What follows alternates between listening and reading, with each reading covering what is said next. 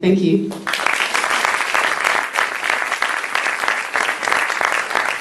Thanks, Nikki, for having me over. My first talk in Melbourne. Thanks to the Port of you guys for helping out. You guys are high energy. Good to meet you finally. Thanks to the people I haven't met yet who are helping put on this show. This mic's too loud. Is it too loud? Is it cool? Sweet. All right. So yeah, and thank you all for coming here, because you guys and girls make this a reality for me. You know, my passion, my life purpose is helping people help themselves get healthy and fit, and we save the animals and the planet at the same time. You know, so I've been a personal trainer since 1999, on and off, working in the health and fitness industry, the bicycle industry, food industry. So I've seen a lot of things come and go. A lot of fads, a lot of hype, a lot of lies, a lot of marketing, a lot of facts, and a lot of sincere people, but sincerely wrong.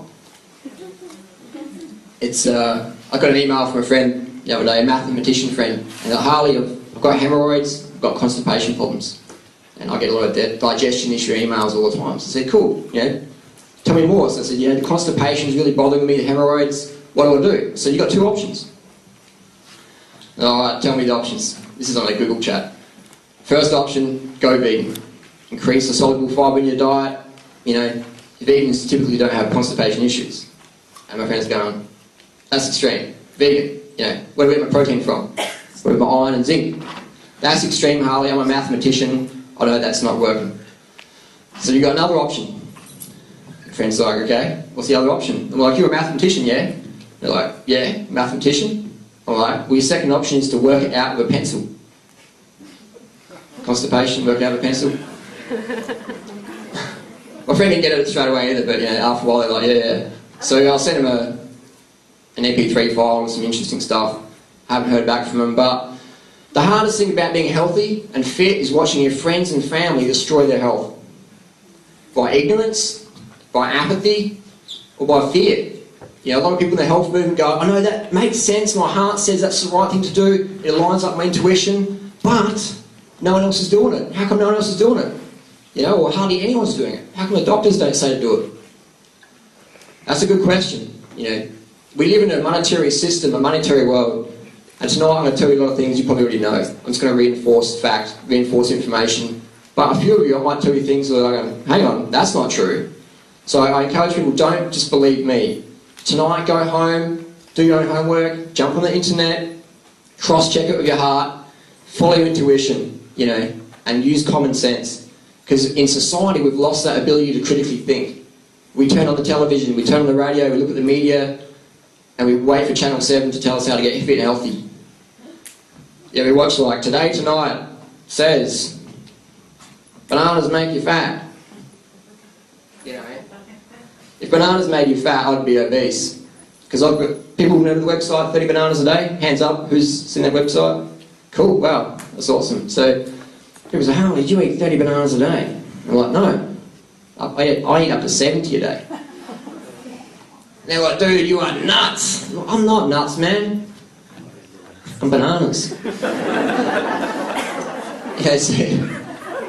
you get the same questions day in, day out. And my life purpose is to help people help themselves get fit and healthy, and at the same time we save the animals and the planet. It's not some dogma or idealism or spiritual woo-woo bullshit. It's real stuff. And we look at the planet today, we look at the hunger crisis, we look at the obesity crisis, the cancer crisis, heart disease, osteoporosis, diabetes crisis, depression crisis, drug usage, wars, famine, floods, droughts. Polar bears are learning how to swim because they've got no ice to stand on. So, we're living in some pretty hardcore times. And the media wants us to think, just walk around half asleep, we've got the rest of your life to get it in order. We don't, you know what I mean? What are we going to leave behind to our children? Or our children's children? Or our children's children's children's children? What are we leaving behind for them? A big mess to clean up? Because we're too apathetic or undercarbed or confused or scared to take action, to stand up and really follow our intuition, to follow our heart? What are we going to leave behind for them? It's a good question to ask. What legacy am I leaving behind? And that's what I ask myself all the time. Another good question is asked, if I was going to die tomorrow, would I do what I'm about to do? You know what I mean? We live in a society, again, the monetary society, where people are working in jobs they hate, to buy crap they don't need, to impress people they don't even really like. I think we can relate to some degree to that paradigm. So I encourage people tonight to really, you know, tell me what you think afterwards, whatever. I'll answer any questions. I don't take anything personally. I challenge people to offend me. You know, I'm here to help. And maybe I'm here to offend, I don't know, but I'm just here to give people information and they can run with it however they like. So that's a little bit about me. I used to have chronic fatigue, asthma, anemia, Crohn's disease, hypoglycemia, and all these were clinically diagnosed. It wasn't like a naturopath, homeopath, psychopath saying, oh, I think you've got this issue. It was like I went to the doctors, blood tests, you know, stool samples, the whole works, x-rays, you know, colonoscopies, all those things. They're like, yeah, in bad shape, Miles. I'm like, tell me about it, man. You know, I'm like, you know, teenager, I should be not catching a bus 1 kilometre to school. I should be riding my nice bike to school. You know, I should have energy. I'm a teenager. So I became obsessed, you know, with why are some people healthy and fit and why some people aren't. You know, why am I the victim? Why am I having it so hard? So it's been a blessing. You know, I'm glad I got so sick because it forced me to ask questions. It forced me to take advice from people getting the results I desire. It forced me to just follow my heart. So without getting sick, who knows what I'd be doing now? I'd probably be working in some job I hated by crap I didn't need to impress people I don't even really like. You know? So a lot of people tonight, maybe some people got cancer here or some real health issues. And that can be a burden or it can be a gift. It's just a choice in the moment to see that. It's just a choice in the moment, you know. A lot of people go, you don't understand, you can't say that, you're some young punk, you wouldn't have a clue. It's like I've seen what goes on, you know. And I've been through some hard issues myself. We've all been through hard issues, adversity. There's not anyone here who's had it worse or better or whatever. We've all had their own personal challenges. And for one person, you know, running a kilometre is a milestone. And for another person, running a kilometre is a hassle. So we've all got our own challenges. I firmly believe the universe only gives us things that we can handle. Whatever your religion, whatever you believe in, God, Allah, whoever, the universe only gives us things that we can handle. So it's a good thing to go by. So, you know, I got given some things that I didn't think I could handle, my health, and I did. And my chronic fatigue is no more. My asthma is no more. My Crohn's disease is no more. My hypoglycemia is no more. And all clinically tested again. Doesn't happen. The doctors go, Harley, what did you do? I'm like, oh, you know, I was like, changed my diet, went vegan, you know. And they're like, point this up, see you later. And I thought the world just wants to know what's going on. I thought, man, I'm going to walk out there and people are just going to like cheer me on and love it and just be, I'll change the world. Didn't happen, you know what I mean? And that's another thing, if you want to change the world, if you want to follow your heart, you've got to expect some ridicule, some violent opposition, some people to really, you know, dismiss you from their life. You've got to expect that and you've got to deal with it, you know. Like I said before, the hardest thing about being healthy is watching your friends and family dissolve their health away. So you just got to not take anything personally and keep on charging on. And then I'll say a bit more of a story. I'm a personal trainer working in the gyms and I was seeing, you know, overweight people come in or people who weren't fit coming in and just churning in, just getting sold all these lies and fries and protein powders and hype. I'm like, that's not right, man. You know, I was an instructor, people were driving their car to come and for me to coach them. And I'm thinking, why don't you just ride your bike with your family? You know, take your kids out for a walk in the park, play footy with them. You're going to get the same workout, it's not going to cost you any money, and you're going to enjoy it more, it's going to be sustainable, and you'll get that connection with your children. And my boss at the gym didn't like that. And my boss was an ex-Olympian, you know, doped up to the eyeballs, again doing that whole thing, and a nice guy, but, you know, on the wrong path as well. So it was that whole money, money, money thing, and got to get the, you know, the latest Nissan Skyline and, you know, 20-inch mags, things like that. Don't worry about your integrity or your morals. Just, no one cares about that. People, you know, we live in a society that judges us on the acquisition of meaningless material items. You know, I do a lot of bike racing and I ride an old bike. People are like, oh, your bike's made out of aluminium. Yeah, it's a Cannondale. It's like, it's alloy though, man. Up to the speed, dude. Carbon, man, that's where it's at. I'm like, this works fine for me. I don't need a new bike. This bike works fine. And I've actually got a new bamboo bike coming this week. So the guys are going to go crazy when they see that. So yeah, it's I've had to sort of ditch my old lifestyle to do what I'm doing now. And I don't have maybe as much money or material crap, but I have a lot more fulfillment, a lot more joy.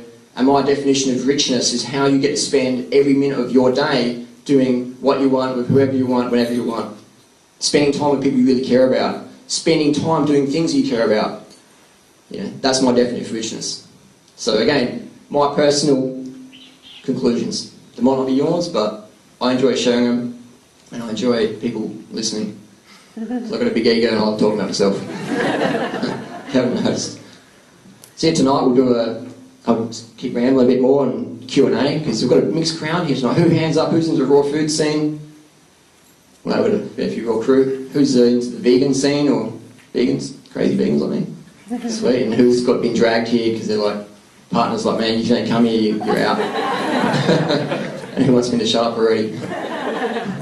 My hand's good, I'll keep talking. So yeah, mixed food. Anyone go to Dave Wolf's talk recently? Dave Wolf? Yeah, don't worry, I won't give you any more crap, you've already been through enough. Dave's alright, he's trying to sue me at the moment, and but still good. Another story. David Wolf from Victoria Skovinskis, trying to sue the Durianrider. And I emailed him, I said, guys, I'll give you a pair of running shoes and a box of bananas, and I'll coach you for free for 3 months, we'll get you in shape. They didn't like that. So it's, yeah, interesting times. Now, who has read this book, or knows about this book? Sweet. 80-10-10. Doug Graham, a book I encourage everybody to read, or everybody to reread, because it's just like it's hard to explain how cool this book is, how important this book is. Even if you don't want to be a crazy raw fooder or vegan, just reading that book will give you some fundamentals that you can share with other people in your family. Because I accept that not everyone wants to be, crazy fit, or, whatever, lean, fit and strong, or, trying to save the penguins or whatever. But I don't care about that, I'm just going to put it out there. People can do what they want. Press fast forward if it's too crazy for you. Press rewind and listen to it again if it makes sense. And again, I encourage people to follow your heart. Listen to your intuition. Because so in the health scene, in the fitness scene, no other industry is enshrouded in such superstition. There's so much controversy, like fruit makes you fat, fruit gives you diabetes, fruit rot your teeth, fruit will give you candida issues, fruit will make you a nutcase. It won't make you nuts, it'll make you bananas. But so much controversy. Don't eat carbohydrates, eat high fat, eat low fat, eat high protein, eat no protein, eat protein from a powder jar. Don't be a vegan because you won't get enough protein, B12, zinc, selenium, iron, carnosine, tyrosine, etc. So eat high meat and buy my protein, carnosine, tyrosine, zinc, selenium, B12 supplements as well on top of that. So it's interesting times. Interesting times. We've got the banana crisis. People go, Harley, you're like an armed bandit now. You've got a balaclava on stealing bananas. So I bought some bananas in the shop around the corner, and I said to the checkout person, I said, do you have to remove the security tag on the bananas? And she didn't get it. I said, no, I just scanned them and it's okay. I'm like, but these are bananas, man. This is like gold bars. And then she got it. It's $5. It's not too bad. In Adelaide, we've got bananas, $18.75 a kilo. I took a photo of bananas and put it on my Facebook page. Had like 70 comments. It's like, who's on my Facebook? Oh wow, I've got some Facebook crew. Nice. So I find that entertaining, I'm taking a photo of fruit and put it on my Facebook page, and I said, I've got to sell my bikes this week to eat. I got a few friends from around the world, like, I'll send you a bike, I've got a spare bike in Byron Bay, Canada, like, just kidding. So we've got the bananas for $5, we've got the old Tim Tam originals, like $2.80. And these bananas come from northern New South Wales. And these come from like all over the world, like the ingredients, And what I find is cool about bananas is they hide the ingredients on this little flap here. So if they're hiding it from you, it's like something's up. So we've got sugar, wheat flour, vegetable oil, cocoa mass, colours, E50, E150, emulsifiers, flavours, raising agents, etc. So you've got products from all around the world, and think of all the industries that would have to be created, and the trucks and the factory. And you got the old banana on the tree, goes in the packing shed, into the box, to the market, to the shop, not much. But this is like a massive factory, all this crazy stuff, and this is cheaper than the old piece of fruit. I think that's outrageous. You know, outrageous. One Tim Tam is about 100 calories we got. Yeah. So one Tim Tam, 100 calories, you got 11 Tim Tams. You got 1,100 calories for $2.80, and you got about 400 calories for $5. You know, so people go, oh, this fruit thing's too expensive. And my reply to that is, what better investment is there in your health? So what better investment is there than your health? What provides better returns? What gives you better market share? What gives you better experience? I've got friends with Porsches, GTR 3, you know, 4-drive twin turbs, you know, just hating it because they're like, their kids are falling apart, their relationships falling apart, so they spend all the time at work to get all these fancy things because they think, if I just get that next thing, then people will award my achievement and then I'll get that. That's the when-then theory. When this happens, then I can be happy.